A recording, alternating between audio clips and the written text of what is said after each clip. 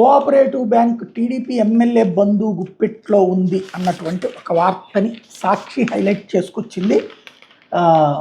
తూర్పుగోదావరి జిల్లా రాజమహేంద్రవరంలో 108 ఏళ్ల చరిత్ర కలిగిన ఇన్నిస్పేట కోఆపరేటివ్ అర్బన్ బ్యాంకును ప్రస్తుతం సహకార సంఘ చట్టం నుంచి మ్యూచువల్ ఎయిడెడ్ కోఆపరేటివ్ సొసైటీలోకి మార్చేందుకు ముమ్మర ప్రయత్నాలు సాగుతున్నాయి. ఈ నెల 28 జరిగిన బ్యాంక్ సర్వసభ్య సమావేశంలో ఖాతాదారులకు నజరానాలు పంచి దాని మాటను మ్యాక్స్ చట్టంలోకి మారేలా వాళ్ళతో సంతకాలు తీసుకునేందుకు పాలకవర్గం పన్నాగాలు చేస్తోందన్న ఆరోపణలు వినిపిస్తున్నాయి.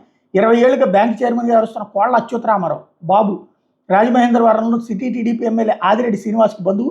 145 కోట్ల డిపాజిట్లు, 200 కోట్ల టర్నోవర్ కలిగి 17,000 మంది సభ్యులని బ్యాంకుని మ్యాక్స్ చట్టంలోకి తెస్తే బ్యాంకు నిధుల నియామకాలు కోళ్లబాబు చేతుల్లోకి ఉంటాయి. మ్యాక్స్ చట్టంలోకి మారితే బ్యాంకు డిపాజిట్లు, ఇతర వ్యవహారాలు బ్యాంకు పాలకవర్గం ఇష్టారాజ్యంగా చేసుకునే వెసులుబాటు లభిస్తుంది. ఎన్నికలు లేకుండా చైర్మన్గా కోళ్లబాబు నచ్చినంత కాలం కొనసాగడంతో పాటు పాలకవర్గ సభ్యులను తనకు ఇష్టమైన వాళ్ళని నియమించుకునే అవకాశం ఉంటుంది. మరి కోళ్లబాబుకు అపరిమిత అధికారాలు కట్టబెట్టడం ద్వారా పరోక్షంగా బ్యాంకుకి ఎమ్మెల్యే చేతిలో పెట్టినట్టేనన్న భావన ఖాతాదారులు వ్యక్తమవుతుందన్న వార్తని హైలైట్ చేశారు.